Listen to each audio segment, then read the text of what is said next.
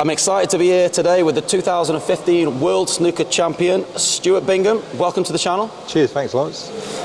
Right, we are here in Fulda, Germany. You have just competed in the World Nineball Tour, European Open. How's your experience been? Yeah, it's been great. Great to see sort of this side of it. Only normally watch it on TV, so to be around amongst the players and obviously compete out there, been a great week. Obviously, would have liked to go a little bit further, but sort of obviously had some good results. But just yeah, it was a bit sort of lost on a few shots and a few sort of ways around the table. Just obviously caught me out, but I'll be back. You'll be back, I like it. Well, I saw you in your match against Logan Son. It was an incredible performance. You looked absolutely like you look like a pool player, if I'm being honest. Yeah, obviously it might, like, even probably the TV table might have helped me, might have been a bit nervous, obviously playing me. Yeah. He was maybe probably under that sort of pressure, but yeah, also I've watched the game. I remember going to the Moscone Cup in, I think it was about 96, when it was at Festival Leisure Park. You had the likes of Jimmy White, Alex Higgins, Steve Davis, Ronnie. Wow. So I've sort of been in love with it really since then, and I've always wanted to give it a go. And say, obviously going to the UK Open, watching it there, obviously got the nod from Emily, and here I am. Oh, fantastic. No, it's good. Right, so Stuart, I'm going to ask you a few questions about mental preparation for pool or for snooker. I'm sure it's probably going to be the same. How do you prepare before a match? Obviously, I've just started to work with Chris Henry, and he's a good mental coach, and he's just sort of getting me to get in a good mental state. Maybe probably listen to a bit of music, like a favourite bit of music, or watch a video clip of me winning tournaments. Yeah, just to get me like in a good frame of mind, and hopefully then take that to the table. That's great. That's a great answer. I like that. Okay. How do you deal with nerves before and during a match? Do you feel it? Yeah, even just a qualifying match, obviously the butterflies. I don't know the right answer, the wrong answer.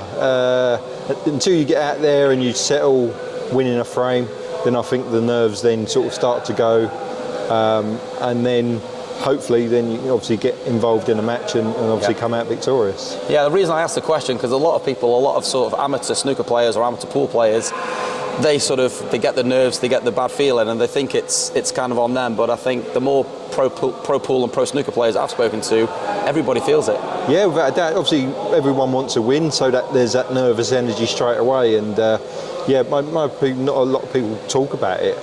Like you say, obviously it happens to all of us. Yeah. I don't think it'll ever go. I remember an interview from Tiger Woods saying, like, who would you rather play, someone who's really nervous or someone who's calm? And he said, I'd play the calm player because it don't mean nothing.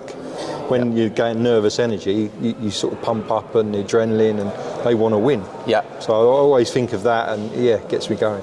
Fantastic. Right, if you could give one piece of advice to an upcoming snooker player or an upcoming pool player, or the average pool player or the average snooker player like me, what would that be? I'd say you just got to enjoy yourself playing. Obviously we may probably think too many negative parts of the game, and but I think just obviously practice and put in the hard work. I've always said you only get out what you put in. Yeah. So you've got to put the effort in to obviously get the rewards, and but I think the main thing is enjoying it, and I still enjoy practicing, even I've been playing it 30 odd years. I can't wait to get back home and start practicing. Brilliant. But, that's brilliant. Yeah, I think that's a big key. Yeah, fantastic. Okay, we're going to flip on some personal questions now, Stuart. So, which player was your biggest inspiration when growing up on the snooker table? Obviously, coming from Essex, it'd have to be Steve Davis. I'm that old that obviously Steve was my idol growing up, and obviously fortunate enough to play him a few times and meet him. Obviously, a great guy off the table, and yeah, obviously he was a born winner. Yeah, he wanted to win, and he sort of took the game apart and learn how to win, and obviously inspired me as a young kid playing. Yeah, Steve Davis is a great guy. I actually played a pool exhibition against him a couple of years ago. I beat him as well, miraculously, but he is an absolute gentleman. Yeah. He's a funny guy. Yeah, he knows how to entertain people. Yeah. He's a great guy. Okay, so I think I already know the answer to this one, Stuart. What was your best and most memorable win? Yeah, without a doubt, the 2015 World Championships, gone down in the history books. But there's a few others. I remember winning the English Amateur back in '96. It was a big win for me. It sort of proved to myself that I could win big tournaments, and then also winning my first ranking event. Yeah. It's obviously meant so much, being on the tour 15 years and then finally breaking a duck against Mark Williams in a decider.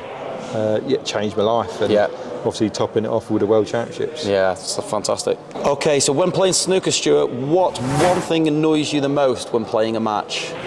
I think I've seen a few clips on YouTube about me getting angry with photographers that just feel like they got no sort of common sense or no respect for the players. I remember this one guy in Belgium. I'm playing a shot and the cameraman's there, but then the photographer peeked his head just as I was about to hit the shot.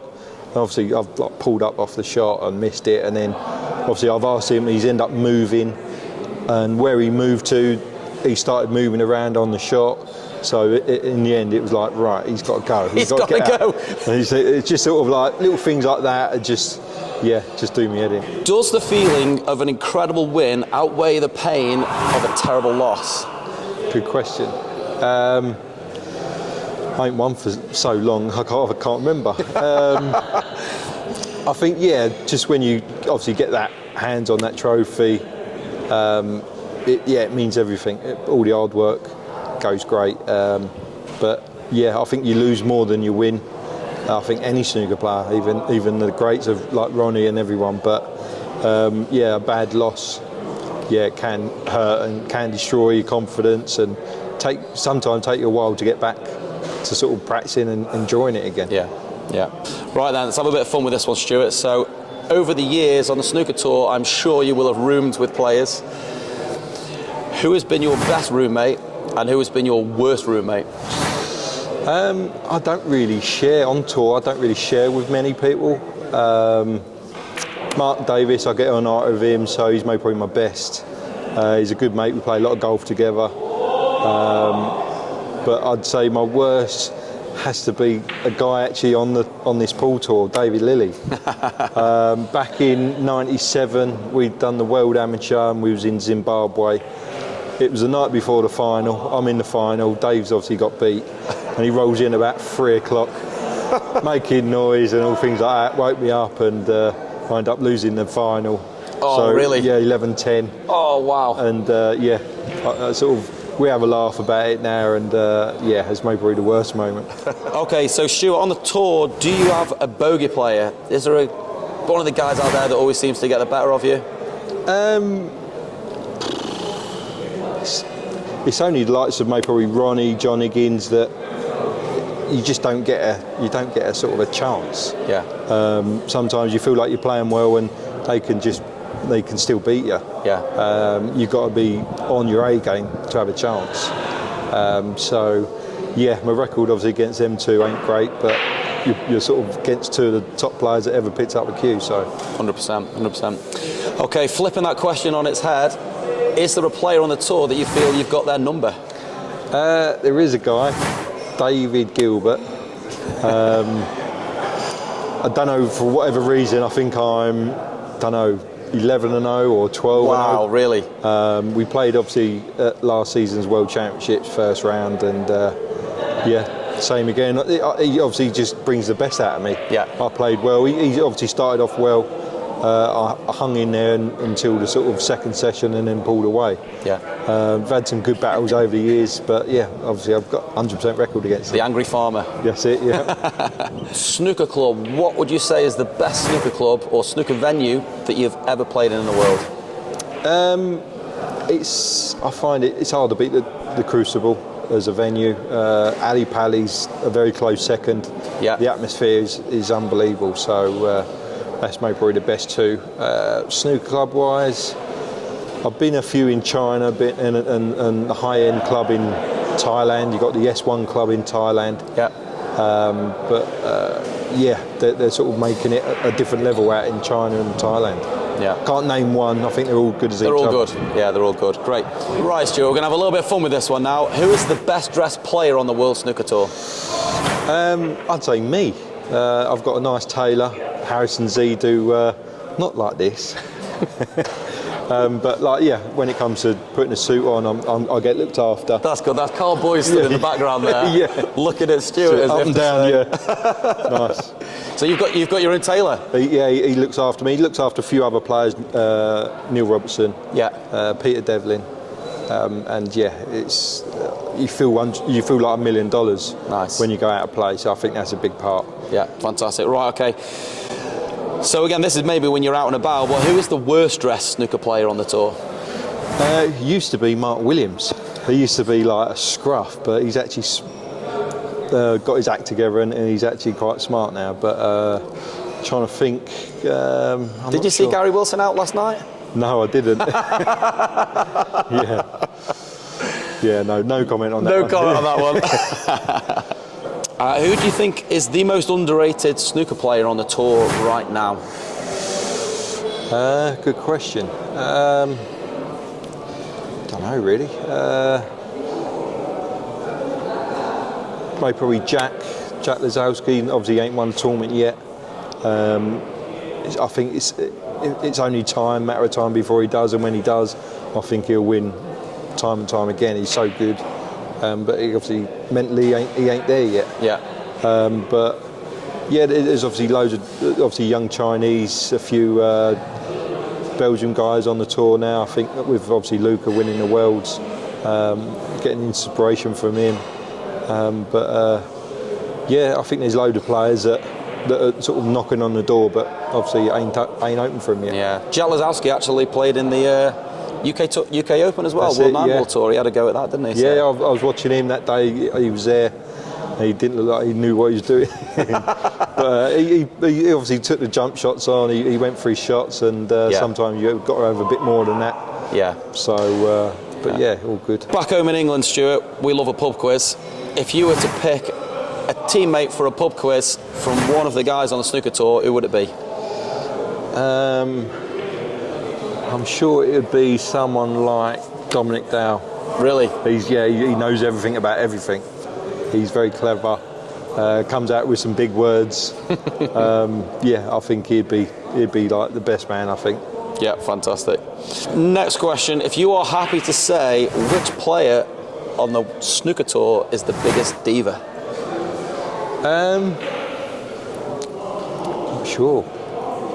I think everyone would think I'd say someone like Judd, but he actually ain't. He comes across that way, but he's actually a good lad, and he's actually quite nice. I don't know. Might be someone like Ronnie. He's always, you always see him. You get one pass, but he's always got 3 people with him, so he can get away with a bit more than maybe probably everyone else. But yeah, he obviously sometimes what he does goes, sort of thing. What he says goes. So don't know. We'll call it Ronnie then. Yeah. Right, Stuart. Outside of snooker and pool, do you have any hidden talents?